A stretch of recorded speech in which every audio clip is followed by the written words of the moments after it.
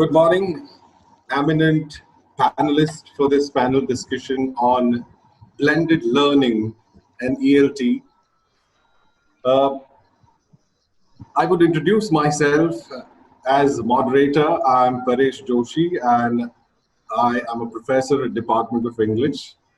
And I'm really honored to moderate this particular panel discussion where I have very eminent speakers like Professor Atanu Bhattcharya, Professor Jagdish Joshi, and Professor Tripathi. I welcome, rather Priyanka Tripathi, I correct myself, Priyanka ji, excuse me. I would just open the discussion with some remarks and then I would introduce the speakers. And then the speakers would take this entire panel discussion on.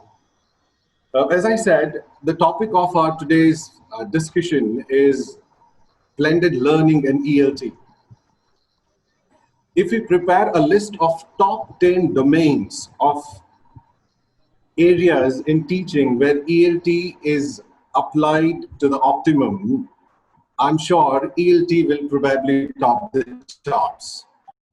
One of the reasons for such a situation is that there's always been an exponential number of learners of English under the umbrella of ELT than any other subject or the branch of knowledge. This ever-increasing demand and urgency of learning English globally has forced teachers and researchers of ELT to continuously innovate in pedagogy for finding new methods and approaches. It will not be an exaggeration to say that there's hardly any branch of knowledge which has as many methods and approaches as ELT has. This continuous innovations in ELT pedagogy readily embraced ICT revolution, looking at the benefit it offers in language teaching.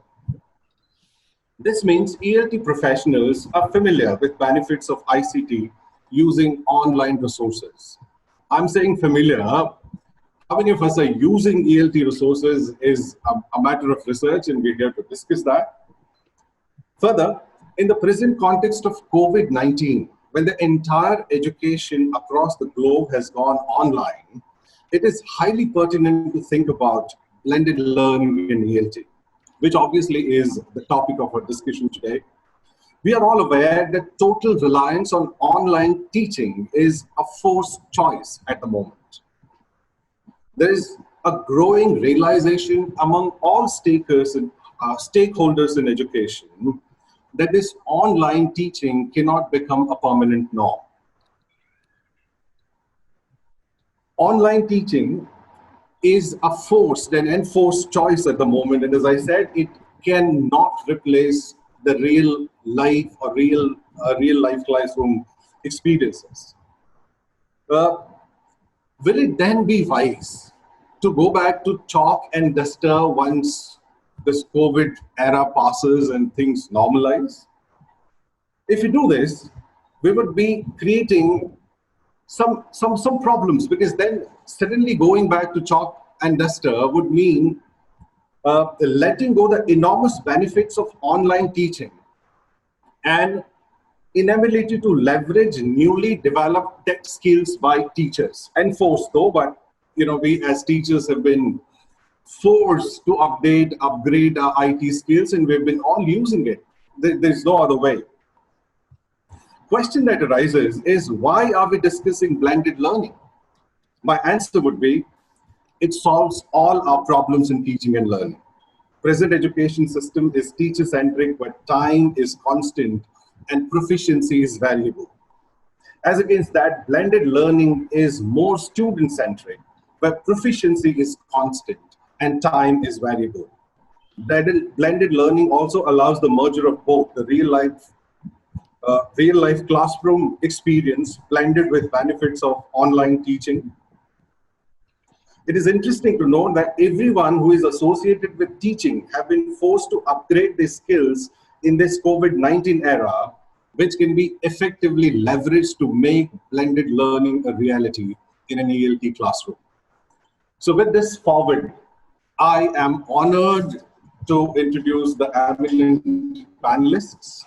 I would introduce Professor Atanu Bhattcharya, who hardly requires any introduction. I welcome Professor Atanu Bhattcharya. Professor Atanu Bhattcharya is Dean, School of Language, Literature and Cultural Studies, Central University of Gujarat, Gandhinagar.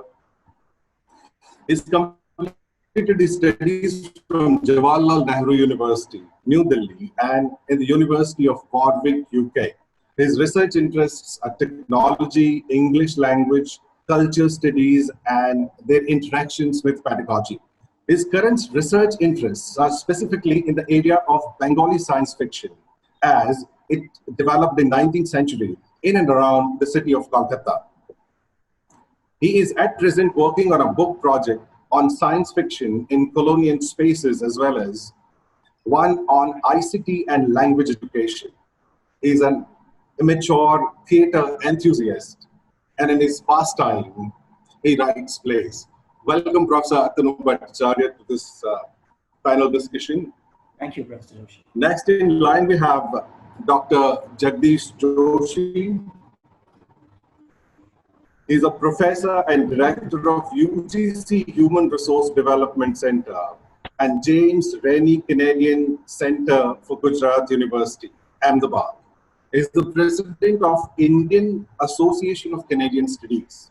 He's a coordinator of MHRD ARPIT, Annual Refresher Program in English Language Teaching, and a national testing agency, MHRD. He is closely associated with over 8 national and international professional bodies and actively engaged in teaching, training, research, translation, editing, compilation, consultancy, and social activities, among others. He has been imparting professional training to college and university teachers, administrative officers of the universities, colleges, research scholars, principals, etc. from 2005. He was felicitated with National Award for Education by United Nations Organization UNO in 2006. He's visited as many as 19 countries. He's been part and parcel of various international and national bodies. His publication is enormous, it's endless. If I read it, this entire panel discussion would be over. I very heartily welcome Professor Jagdish Joshi to this panel discussion. The next eminent speaker is Dr. Priyanka Tripathi ji. I welcome you. She is an associate professor of English in Department of Humanities and Social Sciences, Indian Institute of Technology, Patna. She has published with Journals of International Women's Studies, Bridgewater State University, English Journal, Journal of English Association, Oxford University Press, Indian Literature, Sahitya Academy, Literature and History, SAGE, Asiatic, IIUM Journal of English Language and Literature, International Islamic University, Malaysia, Contemporary Asia, Taylors and Francis, the Roop Katha Journal on Interdisciplinary Studies in Humanities. She has also received a project grant from MHRD and conference grant from CIL, Mysuru, and Gender Resource Center, Government of Bihar. She works in the area of Indian writing English, plays and literature, graphic novels, gender and sexuality studies. So I welcome all the panelists, and we're lucky to have this eminent panelists who have their great contribution in the field of English language, literature, and ELT.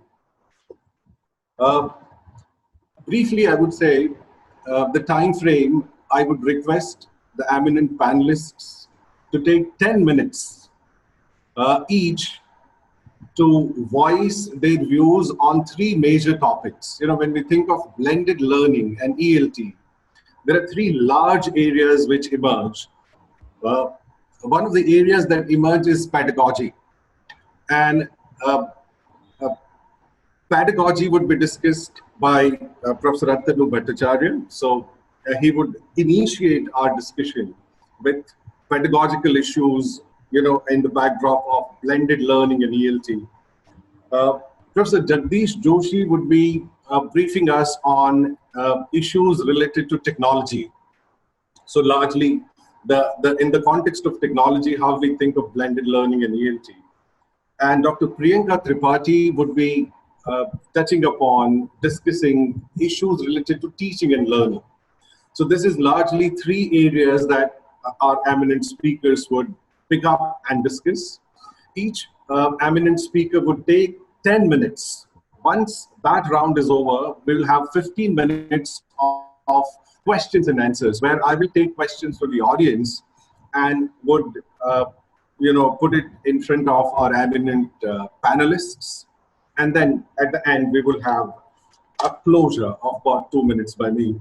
So I'm rather honored to invite Professor Atanu Bhattcharya to open our panel discussion with his views regarding blended learning and ELT, particularly focusing on pedagogical issues. Professor Atanu Bhattcharya, for you. Thank you, Professor Joshi. First of all, thank you very much, the ISEL team, for having me here, especially Dr. Tarun Patel and his entire very, very dedicated team who have been emailing me constantly, upgrading me in terms of what I need to do, how do I join the conference. So I'm really, really thankful for having me here. My thanks to Professor Joshi for giving such a nice introduction, and my fellow panelists, all distinguished speakers, and listeners, audience, participants of the conference. I thought it's rather ironic that we are talking of blended learning today when the aspect of blend itself is missing, because blended learning assumes that there is a face-to-face component. And we live in an age where, as Professor Joshi mentioned, the face-to-face aspect has been taken off. You are supposed to be distanced rather than blended. But it is a pertinent topic for today and probably tomorrow, and something that has happened in the past. So what I'm planning to do very briefly within the time limit of 10 minutes is I will look at blended learning as a concept and how it has taken different forms of avatars and we're going to look at only two avatars. We're not going to look at different kinds of avatars that blended learning has taken. And I'm going to look at three aspects of pedagogy that I think are crucial to understand how blended learning is going to work, especially when you blend technology and face-to-face. So what I'm going to do is I'm going to look at what we till now know about blended learning. Now we know that the blend aspect of the blended learning, of course, has two components to it. And as Professor Joshi rightly mentioned in his introduction, there is an actual face-to-face aspect of teaching. So what we have is obviously something that we cannot ignore, despite the COVID-19 situation that we have. It is an important aspect of especially language education, where we have huge number of theoretical premises which keep on telling us that it is through social interaction that language learning happens. It is only through interaction between peers, between students and teachers that interaction happens. And therefore, that's an important aspect of the blend. So when we talk about blended learning, we know that there is a face-to-face aspect that has to be taken care of. And of course, there is the other aspect of the blend, which is the supplementary or the complementary aspect, if you look at it like that. And that is nowadays, especially after the 1990s, after the coming of the internet and the spread of technology across classrooms, it is mostly governed by technology. So the blend is between a physical material situation where the teacher and the student interact, and of course, a more virtual situation where technology helps you to create that blend. Now, this is what we know till now as it developed over a period of time. Now, we know that blended learning started around the end of 1990s and over a period of time has taken different forms. The second thing that we know about blended learning, of course, is that it has taken different avatars, as I said. And by avatars, I mean there are variations within blended learning that has happened. And there are interesting variations. I'll just mention two of them, though there are quite a few. Now, we know that one of the variations is, of course, the flipped classroom, as we call it. So there is a possibility of flipping the classroom. So instead of, for example, teaching in the classroom the content, what I do is I put the content online. I I put videos or material or audio or podcasts or whatever, different forms of material on the content which students access online, either at home or any other place where they are in. And based on what they have accessed online, they come back to the class, and then we have guided instructions. The teacher actually gives individual guided learning, help students through discussion, problem solving, uh, the different stages of learning, take students through the different stages of learning. So one aspect is the content aspect, which is there online.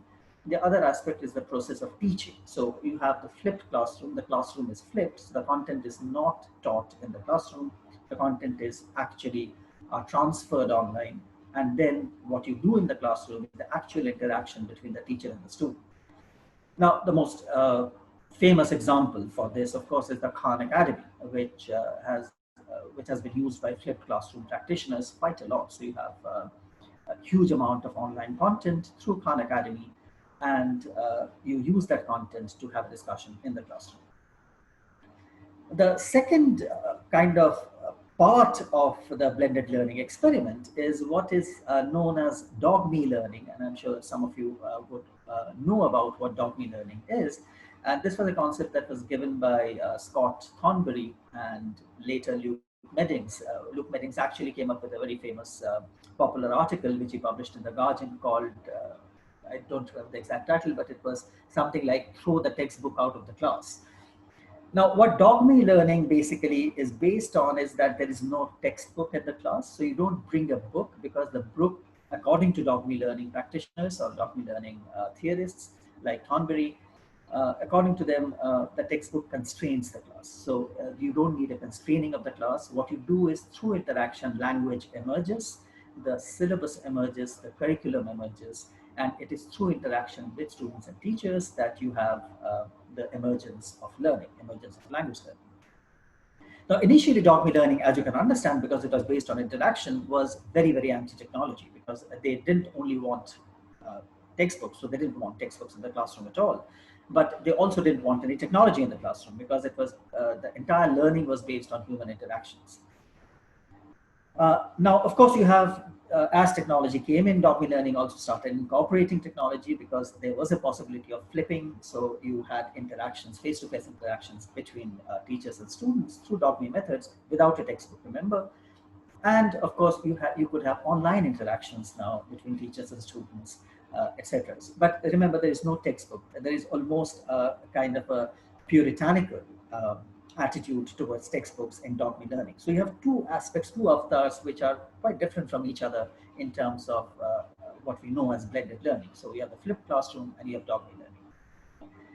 Now, we know that there can be possibilities of other avatars. We know that, for example, when we look at blended learning pedagogies, there can be different ways that you can do it. Now, what I'm going to focus on in the limited time that I have is I'm going to look at three aspects, and I'm calling it the CCE aspects. It has nothing to do with continuous comprehensive evaluation. What I'm calling the CCE aspect is the content, the context, and the evaluation, which I think are extremely important to understand how blended learning is going to work. So quickly coming to the first aspect of this, that is content. Now, we know that in blended learning, what tends to happen is that the content is put online. So what you have is podcasts or vodcasts or audio lectures or video lectures that teachers put online, which students have access to. Now, the students can have access to through a free website, or they can have access through Moodle, any platform that they use, etc. Now, but we must be aware that when we are using content online, we must be aware of the history of technology a bit. So these are kind of caveats to what we can do with blended learning. And I think these are interesting ones to keep in mind when we are doing blended learning. Now, if you look at the history of technology and when technology entered classrooms, we are aware of the fact that some of the things that when teachers started using technology, some of the things that they started doing was actually imitate what they were doing in the pre-technology era. So when they were not using technology, they were doing certain things in the class which were pretty successful, and they tried to kind of repeat it or translate it within the technological forum. A very good example of this is PowerPoint. So if you remember early PowerPoint presentations, they were full of texts, not because they didn't know how to use a PowerPoint, but primarily because they thought that this is how PowerPoints were supposed to be used. So you had a lot of texts which they used. I belong to a very old generation where we still used overhead projectors with transparencies. So we used to write on the transparencies, and it was supposed to be the in thing to do.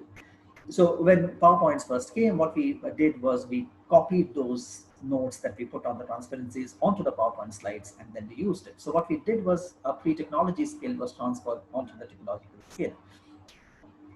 And therefore, one question that we need to ask when we are using blended learning is how much or which aspects of the content would carry how much of the blend. Because we know that teachers would be at different levels of using technology. So which content aspect or which aspect of the content will go online, which aspect of the content will remain in a face-to-face situation, etc. And these are important decisions to make before we even jump into the bandwagon of blended learning or even online learning, because this is an important question that needs to be kept in mind. Where do the teachers stand? Where do the students stand? And how much of the blend are we going to do? How much of the content am I going to design that is going to be accessible? How much of the content is amenable to technology? What can technology do that I cannot do in a face-to-face situation? And these are reflective questions that need to be answered. The second thing, the context, remember the CCN part is the context part. So the context part is many of the questions that we have raised in terms of content is also based on the context in which it is going to be used. Now, it is good to remember that when we talk about ELT, and as Dr. Jagdish in the morning lecture, in the wonderful lecture that he gave in the morning, mentioned that we often forget that we work in different contexts. And different contexts would demand different sorts of blends. And in a vast country like India, we know that contexts differ quite a lot, and the context would depend on the infrastructure available, the availability of resources, the network speeds available, the socioeconomic conditions of the teachers and the students, whether the course material is socially inclusive, etc. And there's been a lot of debate on blended learning on how can all these aspects become a part of the blend. Quite a lot of work has been done by people like Mark Warshauer in things like technology and social inclusion. He had a very famous book called Technology and Social Inclusion, where he strongly argues that there are degrees of digital inclusion, digital divides, and the focus of any learning needs to be inclusivity. So when we think of inclusive education, when we think of inclusive learning, the blended learning model also needs to take that into consideration. I would argue, therefore, that it would definitely need any kind of a blended learning model would definitely need some sort of contextual understanding of how the blend is going to happen. And this brings us to the third and the final aspect of what I wanted to mention is the evaluation aspect. Now, in our context, in the South Asian context in general, if you look at that, and forget the British and American context, but blended learning is probably easier to do. In the South Asian context that we belong to, evaluation, remember, is an important aspect of our pedagogy. Since our educational systems are so heavily testing oriented, they are often very high stakes. And any blended learning pedagogy, therefore, needs to take into account the evaluation and testing aspect of it. And while it would not be difficult to test the content aspect, because we know that is what we have been doing anyway. So any of our tests or any of our examinations are actually based on the content. So testing the content is not a problem. But the moment it is a blended learning model, it is not simply the content that we are doing. How do you test the process of language learning? Because that is an important aspect of the blend. It is not simply the content that has gone online. It is also the process of individual guidance. It is also the process of teachers interacting with the students. So how do you test all this? And any evaluation strategy, therefore, when we are dealing with this aspect of the evaluation, we need to think in terms of what How are we going to test the content, which is probably easy, but how are we also going to test the blend of the interaction, the blend of the social interaction that is happening between the teacher and the student, and how are we going to design a test to do that? How are we going to evaluate that aspect of the tutors and the learners? In that sense, there's a question that is coming in. So how do we evaluate not only the content that the learners have learned, but also the process of learning itself? And that is an important aspect of blended learning. There are lots of studies based on this, so I'm not going to go into those studies, but we know that if it is not a part of the evaluation, the teachers and the students are not going to take it seriously, because the moment you tell them that this aspect is not going to be tested, they're going to say, okay, then we will keep it aside. We will just look at the content. We are not going to look at the process at all. So it has a problem inbuilt within it, blended learning, especially in the South Asian context. And here I'll stop. And thank you again. And thank you, Dr. Joshi, for allowing me to speak. I hope I have remained within the time limit. And I'm looking forward to the discussion. Thank you very much. Well, thank you, Professor Bhattacharya, for that very interesting, detailed, yet brief insight into some very important aspects. We began with the irony of the blend missing when we're discussing the blended learning. And then these three very important issues, pedagogical issues on content, context, and evaluation, each being very, very essential when we have any discourse, any thinking on blended learning. Thank you very much, sir. We have now Professor Jagdish Joshi.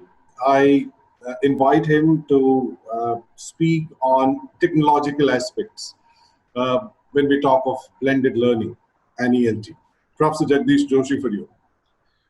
Thank you, Dr. Paresh Joshi. My fellow paper presenters, Dr. Atanu Bhattcharya and Dr. Priyanka Tripathi. It's happy to meet all of you here in this panel also, and all the participants, Tarun, and all the organizers. I'm very happy that the way Atnuji has talked about all the aspects and background of blended learning, and I really appreciate his way of presenting it. And that was, I was missing since many days, that I haven't listened to him since many days, but I'm lucky that I could listen to him after these many days. Now I would like to concentrate on this technological aspect as I was told to, or as I am expected to. I would like to request the organizer to please allow me to share my screen. I would like to show them something also. Meantime, I'll just try to concentrate on what aspects I would like to cover on. Sir, you can share your screen now. Thank you very much. I'd like to have some ideas on the PPT also, and as well as this. I'm using ELT as English language training and teaching both.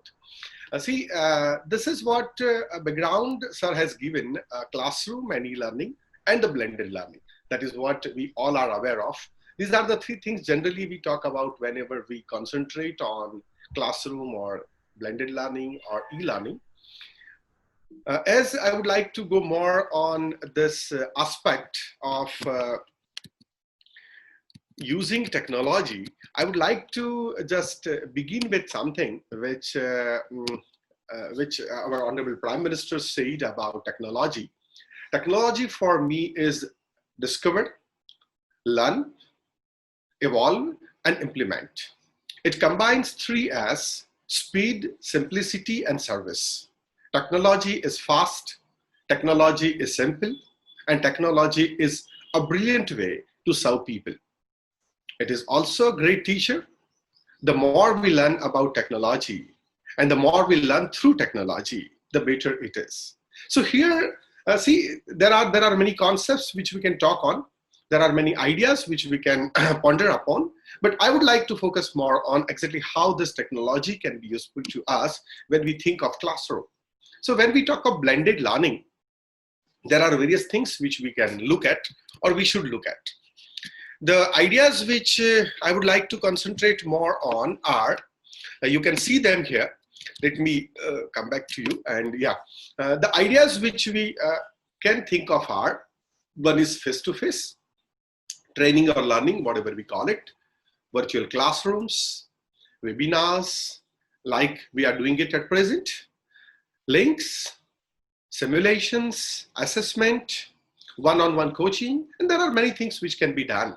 But now when we talk of technology, what happens is generally people say or people think that, okay, we want to go on online, then fine, I would require these many equipments, I would require this many support services, this many equipments or infrastructure, and if this is not available, then I cannot go for this blended learning, or I cannot go for online learning, or I cannot do that without or in the absence of some sophisticated technological tools. That is what generally people talk about. So I would like to tell you friends that something which is within us, that is more important, and how we make optimum use of it is more important. It is rightly said by Toffler that in 21st century, we need to go for learning, unlearning, and relearning. That is the most important aspect of nowadays. When we think of technology, when we think of blended learning, there are very simple tools which we have, and I would suggest that we should try to use them. So when I say this, let me start with a simple mobile, which we can look at. Friends, a simple tool like mobile is very useful to us in many ways. There are very simple, very easy applications related to technology, which we can integrate and through which we can make optimum use of it. Let me suggest you a very simple use of technology in classroom, which all of you can do and all of you can try out. Say, for example, when you go to a face-to-face class and when you'd like to use a blended learning method or a technology in your class, what I suggest you is just use a simple tool like mobile. Give one task to your students in which they need to go for some group work. After that, they need to record that group work using peer mobiles, and then they would review the recorded activity, whatever they have done. Say, let me give you a concrete example. That you can just ask them, okay, we will have a discussion on some topic like use of blended learning. Can we make optimum use of blended learning using minimum equipments? This can be the topic of discussion. They can have some group discussion. Then one by one, they will have their points and they will discuss on that. That will be recorded on mobile, video recorded. Then that can be presented on the screen one by one, whatever they have spoken. Say, for example, there are 20 students in the class and they have worked in a pair of 10, like a pair of a 2-person, and they have worked, that means there are 10 groups. And if you present a video of all these 10, they will listen to the video and then they will comment on the content of the video, body language of the video, the way it was presented, and the way it was articulated or arranged in terms of content. If we combine these things, look at language aspects or look at the ELT aspects. What we have done, we have formulated the idea, we have written the idea, then the students have read the ideas, then they have spoken the ideas, and then students have listened to the ideas. And it was a collaborative project, it was a collaborative learning which has happened through this project. And what tools were, what equipment were required? The tools or equipments which were required, they were very simple. The tools were just simple 2-3 smartphones or maybe 4-5 smartphones which we every day carry with us. So it is our companion nowadays and we can use it. When we talk of technology, the first thing, my first point is, don't think that when we require technology, we require something which is very sophisticated or we require something which is very much alien, or that means I need to spend a lot on technology when I would like to go for blended learning. So I would like to make it very clear that it is not so. We can use many simple tools, like as I told you, mobile and laptops. Laptops are generally nowadays not a luxury. The government is giving us such a salary, and we can afford the laptops, and many of the colleges, universities, and they are also supporting the teaching staff with laptops. So laptops and desktops we have. We can maximum, if you are using desktop, maximum thing which you need to buy is a webcam, and webcam comes with a microphone and some other thing. So there is, I don't think that we require any more things than this. Now let's come to another aspect which is very important, that is a software side. So whenever we want to go for any such kind of blended learning or any such kind of technologies or using technologies, the another thing comes is a software that, okay, softwares are very costly. I need to buy some softwares and it is difficult for me to buy. How to grab the softwares, how to get access of it. Friends, I would like to tell you that if you look at two giant companies, one is Microsoft and one is Google. I don't want to talk about all other companies. I can talk on about 100 companies or software providers. But let us take example of two giants, two big multinational companies, Microsoft and Google. Both of them are offering free tools and free technological support, including software support and I tell you customer support also, that is customer care support also, to all the academic institutions across the country. There are two major things which you can go for. One is you can go for Google Suite. This Google Suite is absolutely free for any academic institution. So what you should do is you have to register your institution with Google. And after you register, you have to follow some procedure. And once they understand that, okay, you are academic institution, you are eligible to get the access to this Google Suite, you can have a range of softwares, you can have a range of applications which are free to you. And you'll be surprised to learn, friends, many of you may be using Google Drive, and the limit of Google Drive is 5 GB generally for individuals, and that would have exhausted. And many of you may be paying per month or maybe per year some amount to Google for getting extra space. I tell you, friends, when you get Google Suite, the access to Google Suite, as I'm repeating it once again, and I myself has acquired this access of Google Suite free of cost for my UGC Human Resource Development Center of Gujarat University and all the colleagues of Gujarat University. So you can process this. I'm telling you this, which is very much authenticated and vetted. You get unlimited access. You get unlimited access of Google Drive. You get unlimited access of Google Classroom and whatever other technological applications or tools related to that. It may be Google Meet. It can be, there are plenty of things which we can talk about, but I don't think that this is the platform where I need to talk in detail about what platforms exactly I would like to use here. So these are the two things. Now the third thing which I would like to talk about is, like Google Suite is free for academic institutions, similarly, Microsoft has come out with campus licenses for academic institutions.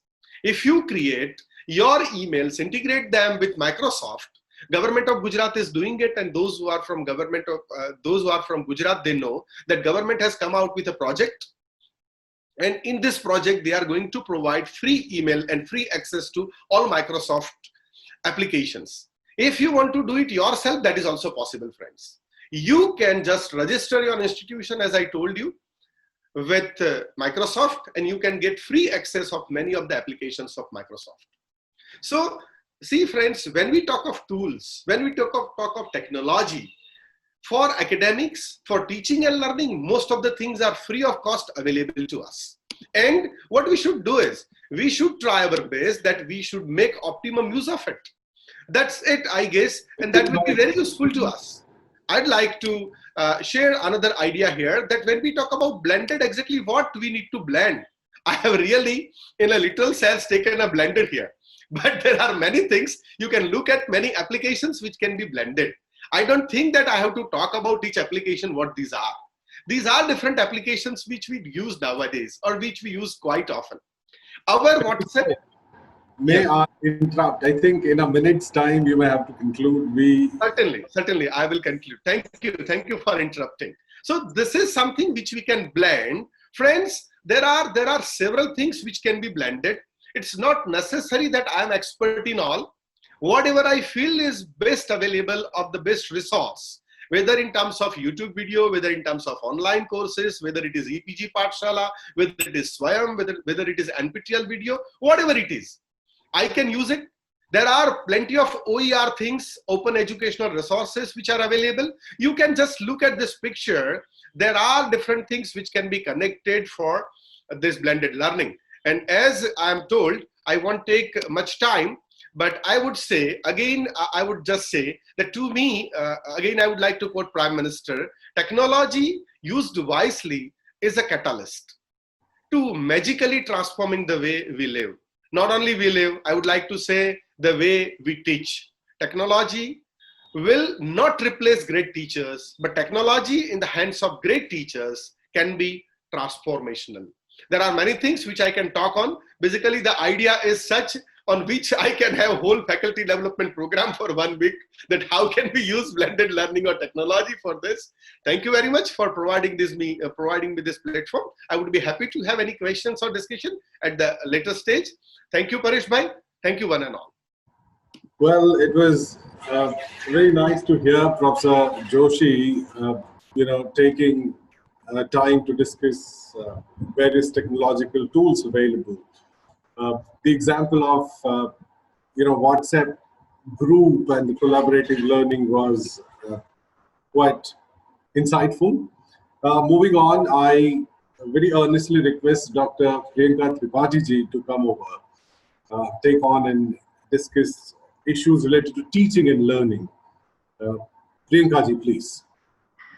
Thank you so much, Paresh ji. I also I think Gujarat is a wonderful place, and when Professor Bhattacharya said it's about context, I felt that it's important, especially in the context of India, where there is so much of diversity.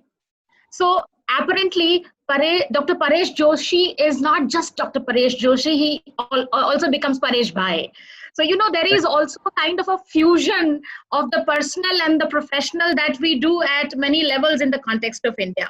So which is unique to our whole fabric of Indian nation. Coming back to what was to be discussed, blended learning and ELT, I will take up certain aspects that are feasible in a day-to-day context. What I have done for the past 3 months, I'm keeping it very specific to the COVID crisis that we faced. And ELT was one domain, if I may say, which had utilized the online teaching or the blended learning methodology like no other domains. So, when COVID crisis started forcing the institutions, educational and otherwise, to explore the virtual spaces of learning and doing things, ELT had always utilized these online activities. We know it in the form of TAL and all.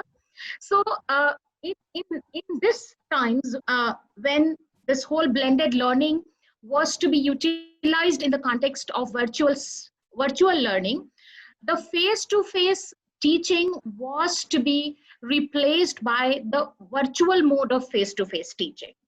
Sharing of online content had to be broadened with primarily online activities, with offline material and offline activities at bay. So the main idea when it started, the whole idea of the blended learning when it started was a kind of a pedagogical shift where, teacher's role, initially what happened conventionally, the teacher was supposedly the sage on the stage. However, when blended learning came into practice, it became something like guide on the side. Therefore, the blend now, which has gone missing from blended learning, like Professor Bhattacharya said, it has replaced virtual learning or online learning. Therefore, I would try to concentrate on that. Now, whether it is blended learning or it is virtual learning, our concentration has only been the learner. And therefore, when it comes to the pedagogy of blended learning, either or virtual learning, our center is, it's a learner-centric model. And therefore, concrete experience, reflective observations, abstract conceptualization, experimentations are some of the, experience-based domains that we have to concentrate on. Now, like Professor Joshi said, that Jagdish Joshi ji was trying to talk about WhatsApp and various other domains like Google Suite and Microsoft. ICT has become like the 60% complementary factor since it arrived. So when you talk about innovations in ICT, there is a lot of range possible. Like when internet access came, there was abundant devices for developing and delivering audio-visual projects, multimedia presentations, visual materials, and end-user software, which could be easily applied to create new learning and teaching practices. Now, I'll tell you, before this whole COVID crisis, there were not so many free tools available. But because of this pandemic, there are quite a few tools that have come. Even if you see YouTube, a medium like YouTube, which I think is very beneficial in the context of today and blends well with the whole ethos of blended learning, because even when blended learning or flipped classroom or hybrid learning, in whatever terminology you use, it was basically set on the premise that each learner is unique. Each learner's capability to learn is unique, and therefore, when the material was circulated, sometimes an individual took 30 minutes, sometimes the same was like 40 minutes or maybe 1 hour. So it was totally dependent on how they went ahead and utilized this. So, but in this time of pandemic, the major trend of training in corporate or in government or in non-profit organizations all over the world has been the use of ICT, maximizing the advantages of virtual face-to-face learning and deliver material which can be used by the learner in a way like it wasn't done before. So some ways in which we actually practiced in the last 3 months or so, because our system was going on, was primarily flex-based learning. Now, like it says, flexible-based learning, and I think Dr. Joshi will be knowing about how government is trying to take into account the courses on SWAYAM and NPTEL for kind of replacing or maybe I don't know if that's the right word I choose, maybe trying to incorporate it within the course content so that the teacher the student has the flexibility of taking up one of the courses or 2 or more courses from available on SWAYAM and NPTEL and going ahead and doing that. Apart from that, there is also one international platform, Coursera. From there, you can do your courses and your certificate is granted, and that can also be taken into account by the government. Right now, it's only SWAYAM and NPTEL that government has gone into and trying to, facilitate students with these courses. Not only that, there is an entire discourse happening where these SWAYAM and NPTEL courses will be translated into different languages.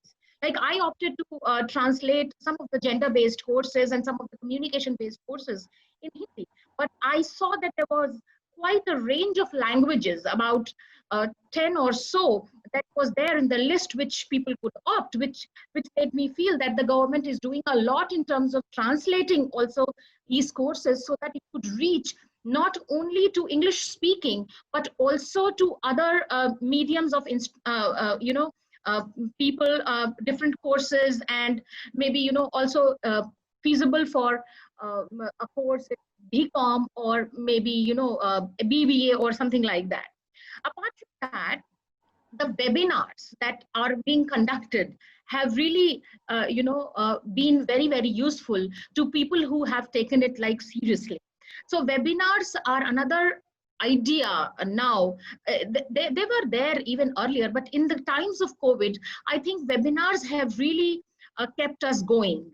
Apart from that, simulation exercises. For that, we do not really need to be in front of the computer, in front of an instructor.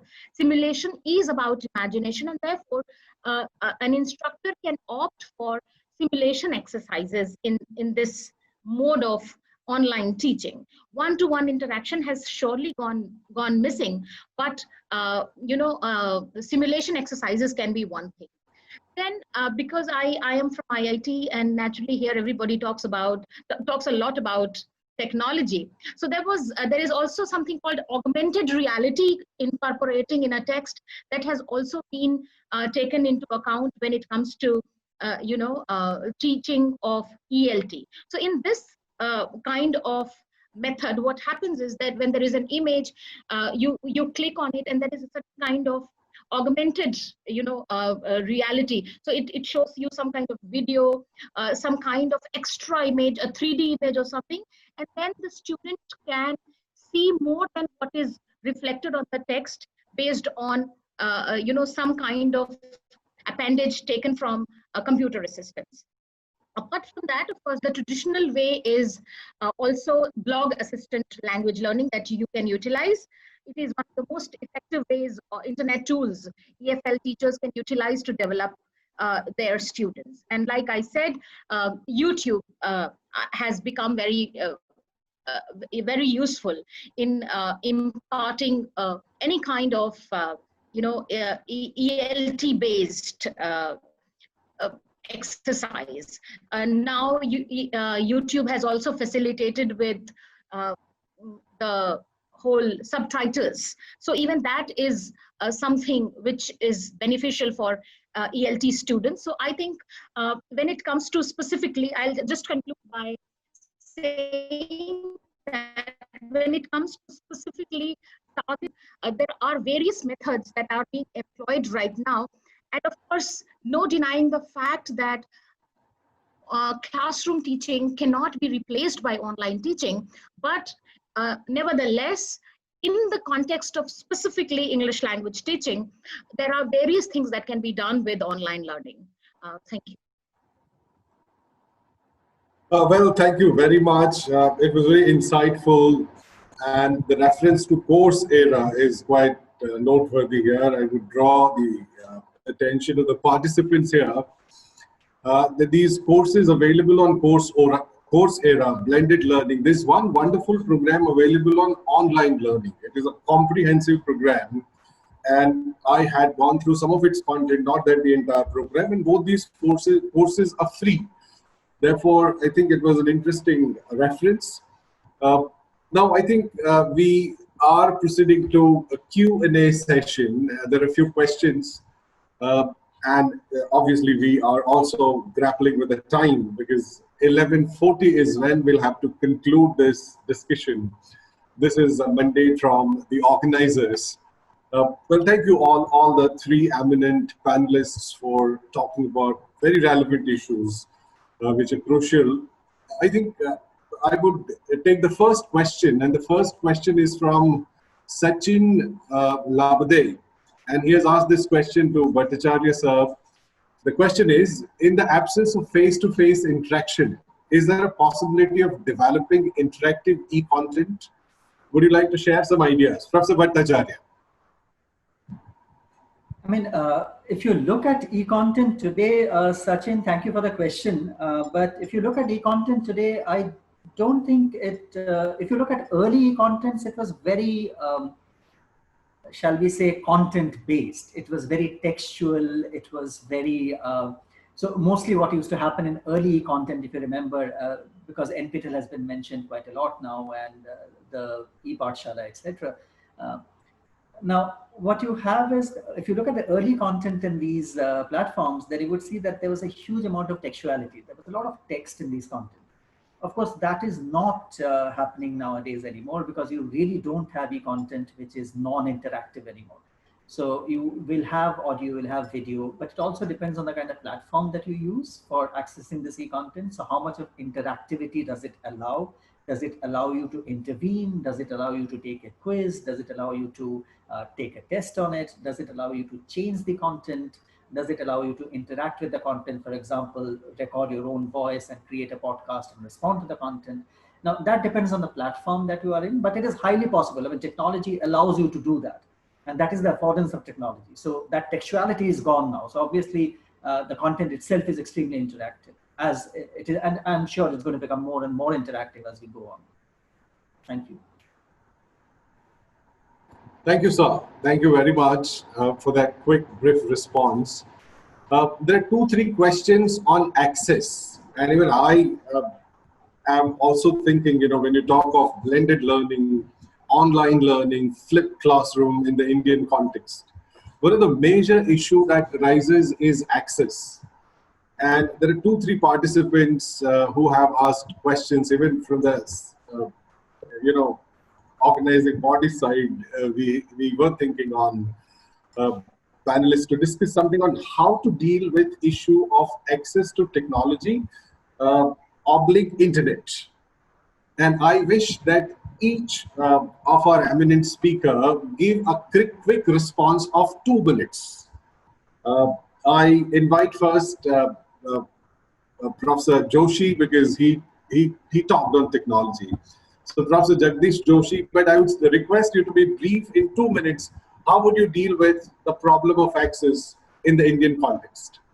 Exactly, there are many questions which I have seen pop up, and you have come out with the gist of this, that access is one of the very big issue. Not only for India, but many developing countries, this is the issue, which is an issue of access.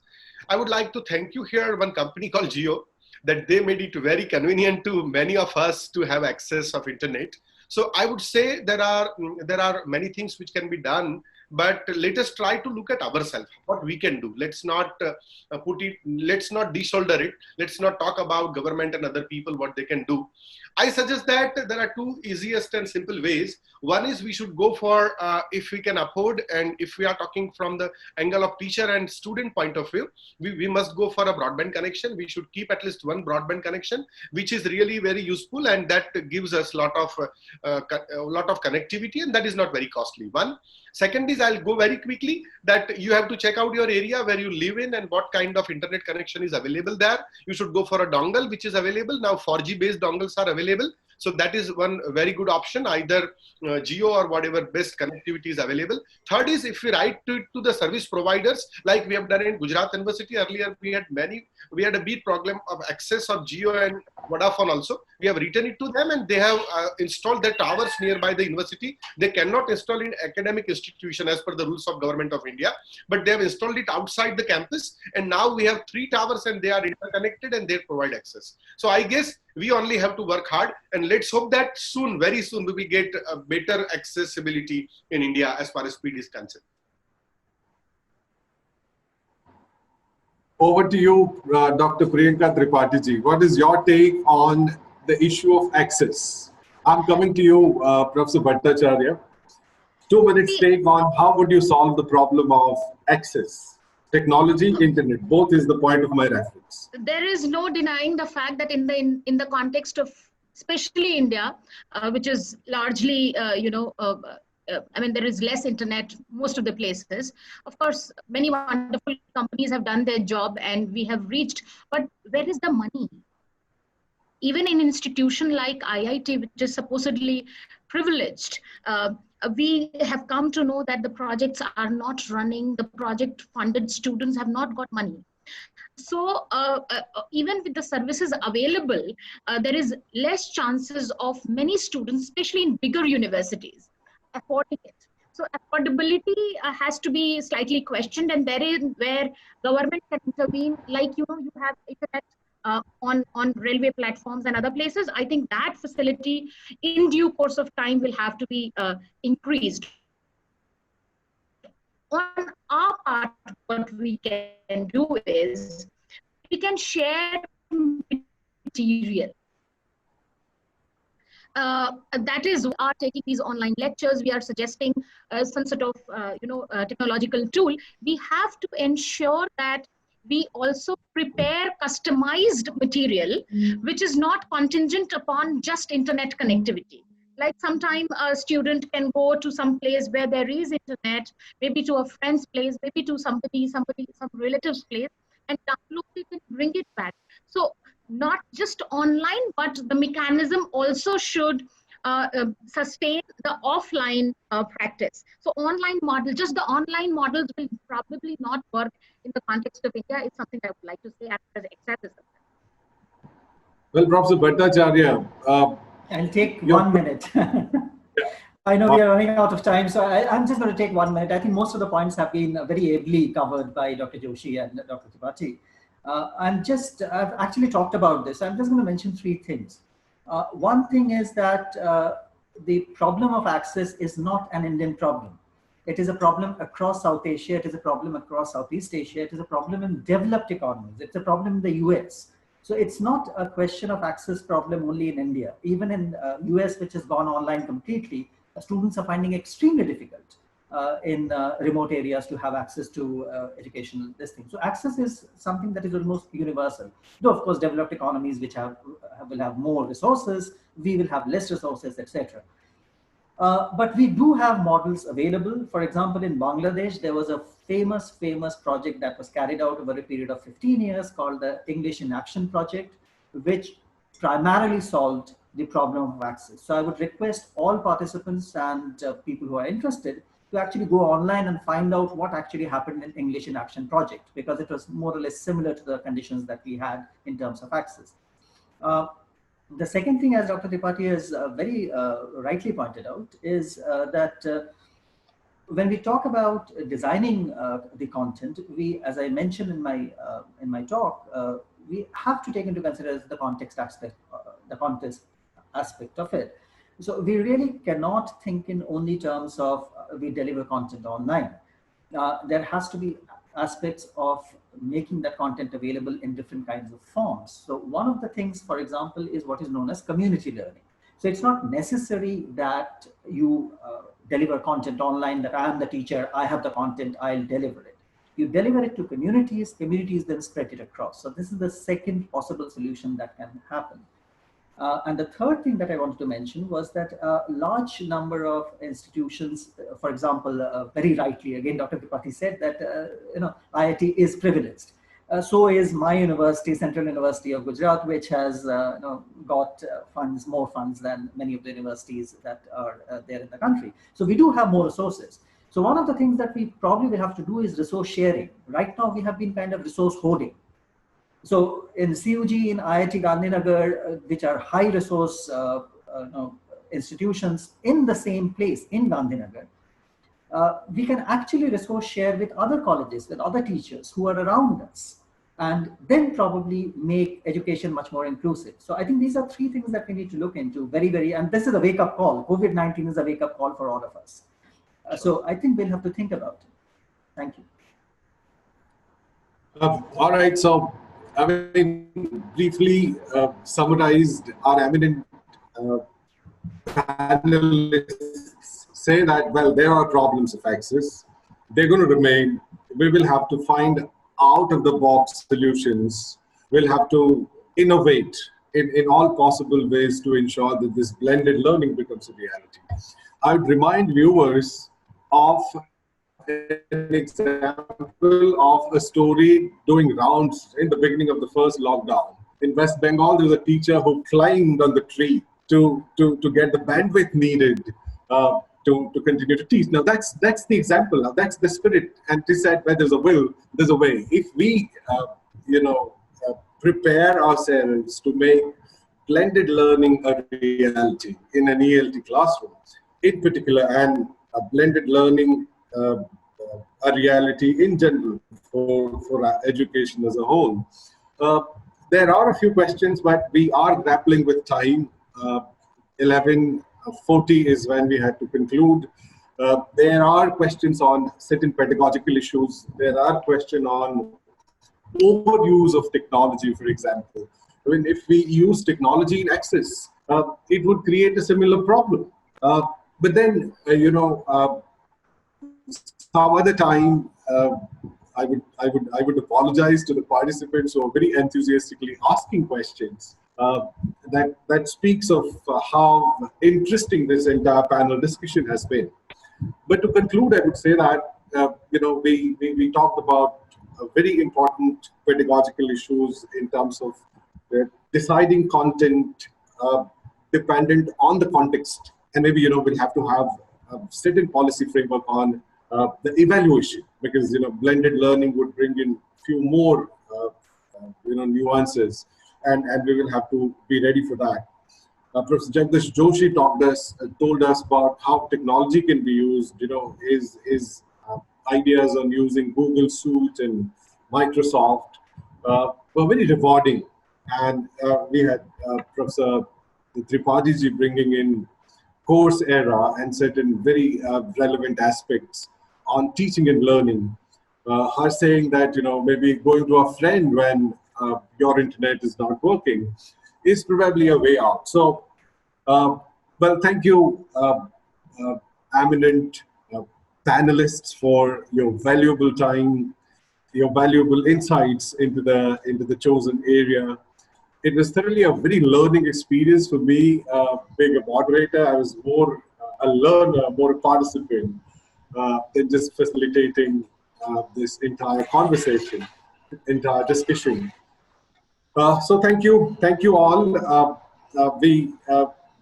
This, we conclude this entire discussion on this note, on a happy note, that each one of us would try our best to ensure that blended learning becomes a reality in an average ELT class. Thank you all very much. Thank you. I'll take a minute. We are getting very good feedback for the panel discussion, and the last one that we received is from Dr. Sachin Lambarde from Maharashtra. He says, this panel discussion has initiated a process of identifying and addressing a new set of issues which have been raised due to the paradigm shift from the conventional mode to the blended mode. Thank you very much. That's what Dr. Sachin says. So on behalf of all the participants and the team of ELT Summit 2020, I thank all of you to making it an enriching session. Thanks a lot, Jagdish sir. Thanks a lot, Atanu sir. Thanks a lot, Priyanka. Thank you, Paresh. Bye, everyone. Yeah. Thank you so much, everybody. I think I was very lucky to be in such a panel. Professor Bhattacharya, I haven't heard you before, so it was wonderful connecting with you. Joshi sir, I have heard. I was hearing you for the, I guess, third time now. And wonderful to connect you, Paresh Bhai, if I can call. And thank you, Tarun. It was wonderful for me to be part of this ELT Thank you very Summit. much. Thanks a lot. Bye. Thank you very much. Thank you. Thank you very much. Thank you.